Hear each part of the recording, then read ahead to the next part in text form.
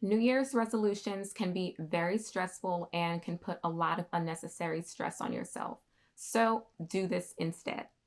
Hello, everyone. It's Taryn from Earth to Mars. I make personal development content for millennial women as well as INTJ and introvert content. So if you are interested in seeing more, definitely subscribe. So I used to be the type to do New Year's resolutions, and I would always find myself failing at it, and I could never figure out why. I was constantly under this self imposed pressure, and I would always be really hard on myself if I didn't reach a certain goal by a certain time frame. Then I changed my mindset completely about New Year's resolutions, and these five things will blow your mind. These five things are not goal focused, rather, they're wellness focused. And that is where the light bulb went off for me. Your wellness is the basis of everything. And if you're not prioritizing a healthy lifestyle, then everything else in your life really won't work out.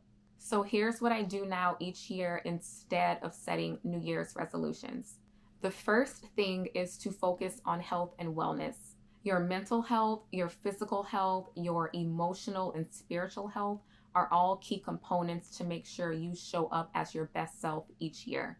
This can look like the food you consume, the content you consume, whether that's from social media, the music you listen to, the things you watch on TV. This also can look like the people that you hang around.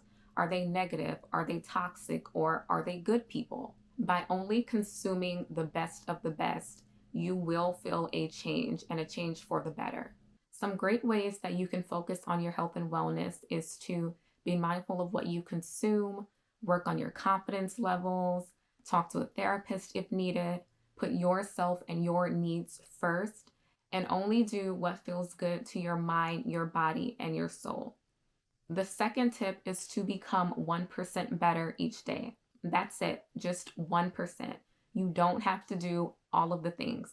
Just pick one thing that you want to work on for a set amount of time. For example, if you want to start going to bed at a more decent hour each night, just stick to that one thing and then see if you can do it.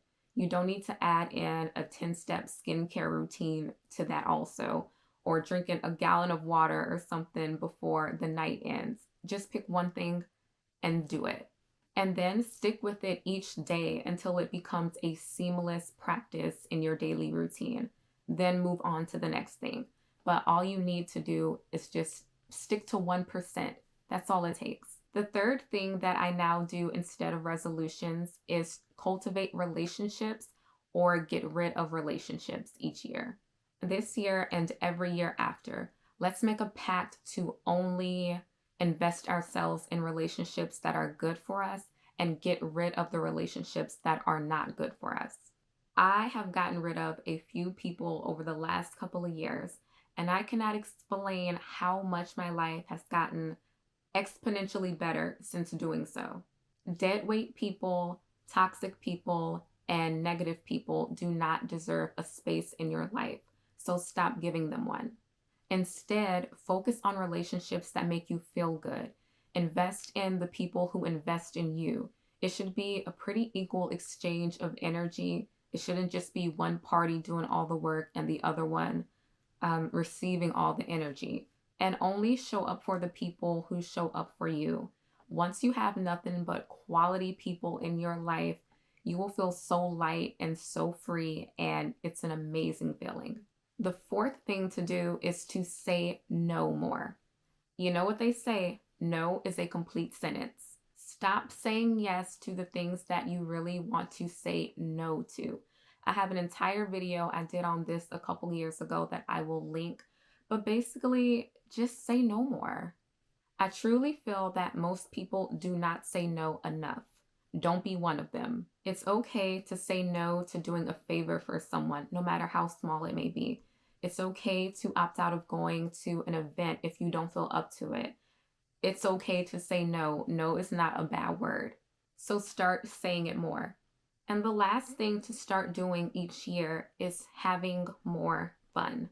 I personally think that the older you get, the more fun you should have.